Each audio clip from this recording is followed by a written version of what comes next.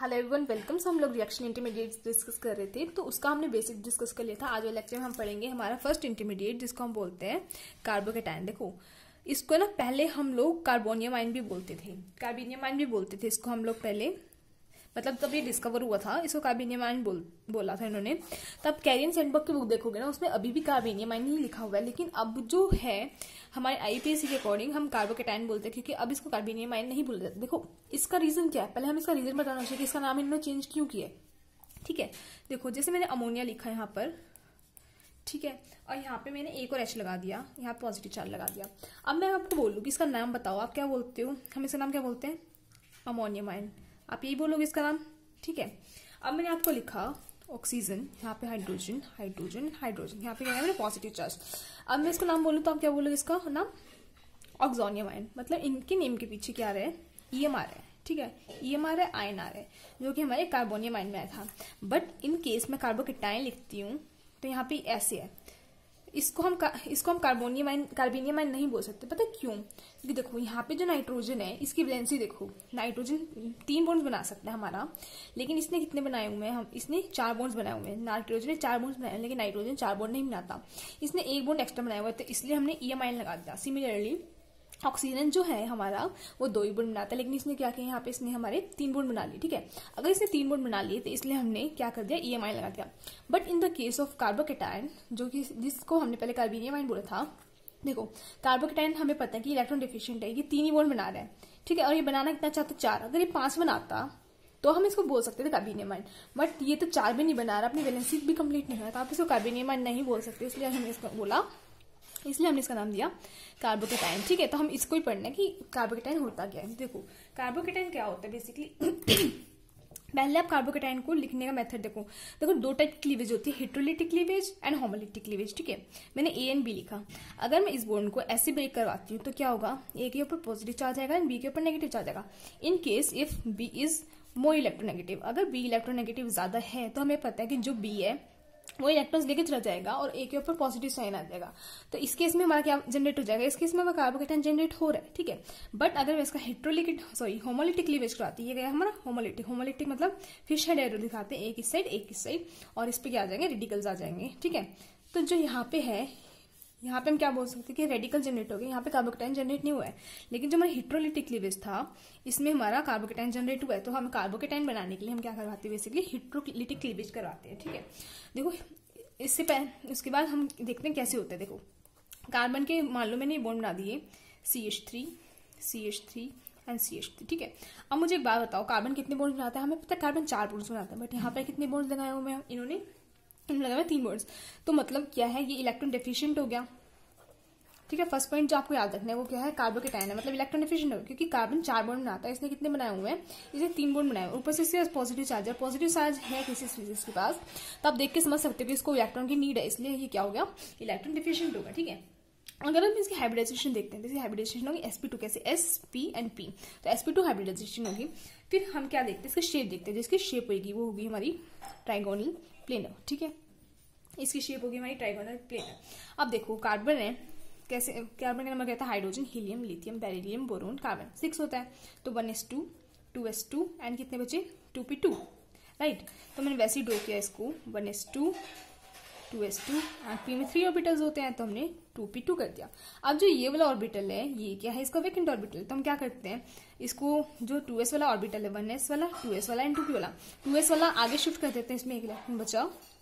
ठीक है, इसमें एक इलेक्ट्रॉन आ गया, इसमें एक इलेक्ट्रॉन हो गया। ठीक है, अब क्या है? हमें CH3 है, मतलब इनके पास भी एक इलेक्ट्रॉन्स होंगे, तभी तो बॉन्ड बना। अगर एक ही एटम है हमारा A, एक एटम है B, अगर इसके पास एक इलेक्ट्रॉन है और इसके पास एक इलेक्ट्रॉन है, अगर ये दोनों साथ हो जाते हैं तभी तो हमारा बॉन्ड फॉर्म होता है, दोनों के एक इलेक्ट्रॉन से। ठीक है, तो अब अगर हम सपोज करते हैं यहाँ पे हमारा हाइड्रोजन लेके चलते हैं, देखो CH4 जैसे हम कंसीडर करते हैं, लेके चलते हैं, हाइड्रोजन आया, हमने 4 हाइड्रोजन लिए, उनका 1s आएगा, क्योंकि उसके तो 1s में इलेक्ट्रॉन्स होते हैं।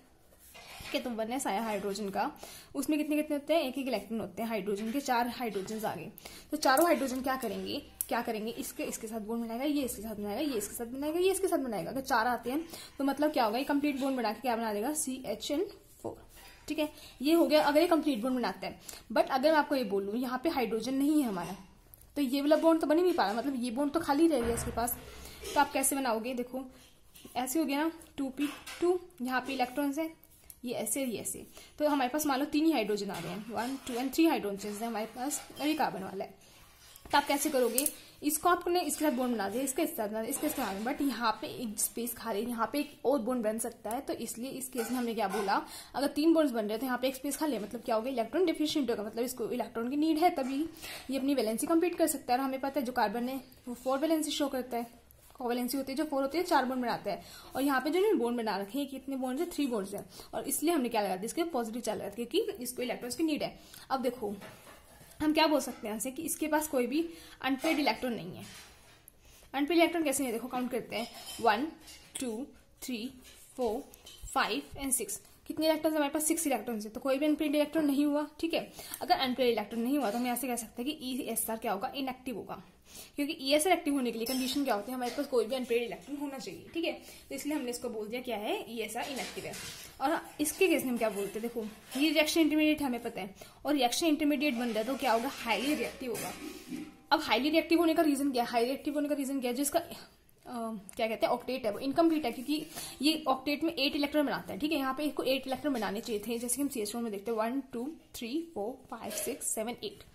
ठीक है, इसको 8 इलेक्ट्रॉन्स बनाने चाहिए थे, बट ये कितने बना रहे हैं, यहाँ पर ये 6 ही बना रहे हैं, तो मतलब इसका ऑक्टेट इनकम्प्लीट है। अगर इसका ऑक्टेट इनकम्प्लीट है तो क्या करेगा, ये रिएक्ट करेगा फास्ट, क्योंकि इसका जो ऑक्टेट है वो इनकम्प्लीट हो गया। ठीक है, और इसलिए ये एक्ट करता है एज अ इलेक्ट्रोफाइल।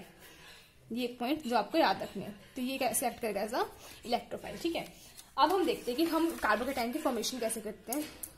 अगर एग्जाम में क्वेश्चन नहीं आता डायरेक्ट, तो आपको क्वेश्चन में डाल के दिया जा सकता है कि हम कार्बोकेटाइन की फॉर्मेशन कैसे करते हैं।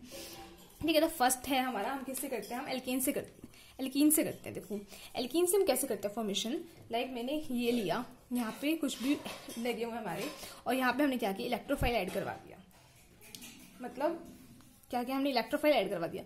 अब अगर मैंने इलेक्ट्रोफाइल यहाँ पे ऐड करवा दिया, तो मान लो सपोज करते हैं हम कि ये बॉन्ड ऐसे ब्रेक होगा। ठीक है, इसके ऊपर अगर ये बॉन्ड ऐसे ब्रेक हो गया तो इसके ऊपर आ गया नेगेटिव चार्ज, इसके ऊपर आ गया डेल पॉजिटिव चार्ज। अब ये नेगेटिव चार्ज है, ये इलेक्ट्रोफाइल पे अटैक करेगा, और हमारा क्या बन जाएगा, यहाँ पे आ गया हमारा इलेक्ट्रोफाइल, इस कार्बन पे हमारा डेल पॉजिटिव है ही, मतलब आप पॉजिटिव भी लगा सकते हो। ठीक है, तो यहाँ पे हमारा क्या जनरेट हो गया, हमारा कार्बोकेटाइन जनरेट हो गया।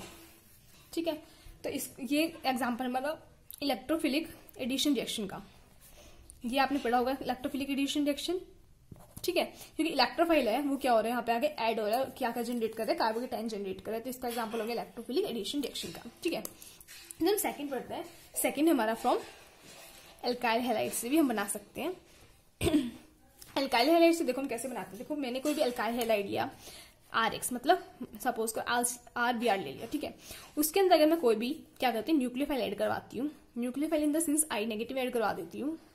देखो RI लेके चलते हैं और Br ऐड करवाते हैं as a nucleophile Br negative, तो देखो I गुड लिविंग ग्रुप है, ये ऐसे चला जाएगा, और कार्बन के ऊपर क्या रह जाएगा, हमारे पास कार्बन के ऊपर क्या रह जाएगा, पॉजिटिव चार्ज रह जाएगा। ठीक है, अगर कार्बन के ऊपर पॉजिटिव चार्ज रह गया तो ये क्या बन गया हमारे एक तरह से, अगर यहाँ पे अगर मैं चैन लगा देती हूँ CH3 CH2 एंड I, ठीक है, तो I निकल के चला जाएगा यहाँ से बॉन्ड ब्रेक होके, तो CH3 CH2 पॉजिटिव, तो ये क्या हमारा जनरेट हो गया, कार्बोकेटाइन जनरेट हो गया।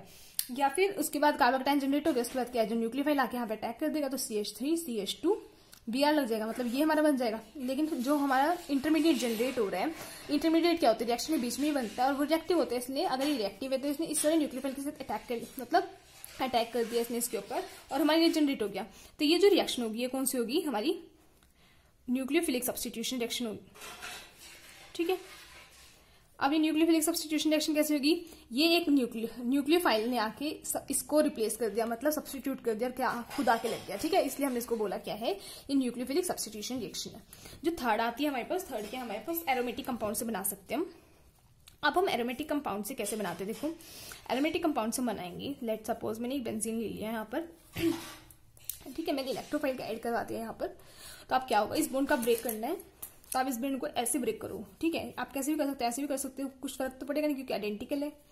तो यहाँ पे आ गया नेगेटिव चार्ज, यहाँ पे आ गया पॉजिटिव चार्ज। अब जो इलेक्ट्रोफाइल है इसने आगे यहाँ पे अटैक कर दिया नेगेटिव चार्ज के ऊपर, तो हमारा क्या बन जाएगा, यहाँ पे इलेक्ट्रोफाइल हो गया, यहाँ पे पॉजिटिव चार्ज आ गया। ठीक है, तो हमारा क्या हो गया, यहाँ पे कार्बोकेटाइन जनरेट हो गया। अगर यहाँ पे कार्बोकेटाइन जनरेट हो गया तो हमें वही तो बनाना है, कार्बोकेटाइन बनाना है, और हमारा कार्बोकेटाइन क्या है, हमारा कार्बोकेटाइन यहाँ पे जनरेट हो गया। ठीक है, अब आपको पता है कि बेंजीन रिंग है, ये अपनी एरोमेटिसिटी लूज कर रहा है, तो मतलब ये स्टेबल नहीं होगा। हमें पता है जो रिएक्शन इंटरमीडिएट होते हैं वो स्टेबल होती नहीं है। उसके बाद आप यहाँ पे कुछ अटैक करवाओगे न्यूक्लियोफिल का, और फिर यहाँ से हाइड्रोजन निकाल के और यहाँ पे बॉन्ड बन जाएगा। ठीक है, वो आप फर्दर स्टेप पे जो कि हम आगे डिस्कस करेंगे उसके बारे में।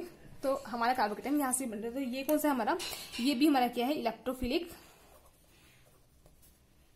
रिएक्शन। ठीक है, ये भी इलेक्ट्रोफिलिक रिएक्शन का एग्जांपल हो गया। और जो फोर्थ है हमारा वो भी मतलब ऐसे ही है। अगर हम एरोमेटिक कंपाउंड लेते हैं और यहाँ पे हमारा कोई भी लीविंग ग्रुप लगाओ, उसके साथ हमने ऐड कर दिया कोई भी हमारा AgNO3। ठीक है, तो AgNO3 क्या करता है, हमें पता है Ag और Cl को ये निकाल के ले जाएगा Cl को, और क्या जनरेट कर देगा, यहाँ पे पॉजिटिव चार्ज जनरेट कर देगा। ठीक है, लेकिन हमें पता है कि जो sp2 हाइब्रिडाइज कार्बन होती है वहां पे कार्बोकेटाइन स्टेबल नहीं होता है। ये मैं आपको बता दूंगी यहाँ पे स्टेबल क्यों नहीं है, ये हम पढ़ेंगे जब हम कार्बोकेटाइन की स्टेबिलिटी को पढ़ेंगे। तो यहाँ पे क्या है, ये वाला जो कार्बोकेटाइन है स्टेबल नहीं होता, लेकिन हम ऐसे बना सकते हैं। ठीक है, उसके बाद टाइप्स आते हैं किसके, कार्बोकेटाइन की। देखो कार्बोकेटाइन के बेसिकली दो ही टाइप होते हैं, सिंपल है ये तो बिल्कुल ही, ये डिस्कस कर लेते हैं। एक तो क्लासिकल हो गया हमारा, और एक हो गया हमारा नॉन क्लासिकल। देखो जो हमारा क्लासिकल है ना, उसमें जो हमारा एंगल होता है ये 120 डिग्री का एंगल फॉर्म करता है। जैसे कि जो हमारा सिंपल ये वाला कार्बोकेटाइन है ये फॉर्म करेगा 120 डिग्री का एंगल, और जो शेप है क्या है, ट्राइगोनल प्लेनर। तो सिमिलरली जो क्लासिकल कार्बोकेटाइन है ये 120 डिग्री का एंगल फॉर्म करेगी, और जो शेप होगी ये भी क्या होगी, हमारी ट्राइगोनल प्लेनर होगी। और ये क्या होंगे, मैंने कार्बोकेटाइन, तो ये सिंपल सी बात है क्या होगी, लेस स्टेबल होगी। ठीक है, लेस स्टेबल होगा। अब इसके एग्जांपल देख लेते हैं। लाइक मैंने बोला CH3 positive, Cr3 positive, R मतलब कोई भी अल्काइल या राइल कुछ भी ग्रुप लगा हुआ है। ठीक है, ये हो गए इसके एग्जांपल्स। ठीक है, अगर हम नॉन क्लासिकल की बात करते हैं तो इसमें क्या होगा, आपके यहाँ पर तो मतलब हमारा ऑक्टेट था जो कंप्लीट नहीं होते, यहाँ पे 6 इलेक्ट्रॉन थे। बट नॉन क्लासिकल में आपके पास क्या होते हैं, यहाँ पे 8 इलेक्ट्रॉन्स होते हैं हमारे पास, और जो यहाँ पे शेप होती है ये शेप होती है हमारी टेट्राहेड्रल। ठीक है, और क्या होता है, ये कंपैरेटिवली इससे ज्यादा स्टेबल होती है, क्लासिकल वाले से ज्यादा स्टेबल होती है। अभी ज्यादा स्टेबल होने का रीजन क्या, देखो इसको मैंने क्या किया, ये कार्बन है, ये इसका पी ऑर्बिटल है जहां पे हमारा यहाँ पे पॉजिटिव चार्ज लगा हुआ है, और इसने क्या किया, हाइड्रोजन से मतलब 3 हाइड्रोजन से बॉन्ड बना लिया। ये कार्बोकेटाइन तो है ही हमारा। अब क्या करता है, अगर हमारे पास कोई भी H2 है ऐसे है, तो ये क्या है, अपना सिग्मा वाला जो बॉन्ड है इसके पी ऑर्बिटल में डाल देगा। अगर इसने इसका सिग्मा वाला बॉन्ड अपना पी ऑर्बिटल में डाल दिया तो मतलब क्या होगा, इसका ऑक्टेट कंप्लीट हो गया। अगर इसका ऑक्टेट कंप्लीट हो गया तो ये क्या होगा, कंपैरेटिवली नॉन क्लासिकल के टाइम मोर स्टेबल होगा किसके, क्लासिकल कार्बोकेटाइन से। तो यही था हमारा क्या, क्लासिकल और नॉन क्लासिकल। आगे जाके हम स्टेबिलिटी के बारे में डिस्कस करेंगे कार्बोकेटाइन की। अगर आपको लेक्चर अच्छा लगा तो प्लीज लाइक करना एंड अपने फ्रेंड्स के साथ शेयर करना, and please subscribe to my channel. Thank you so much for watching.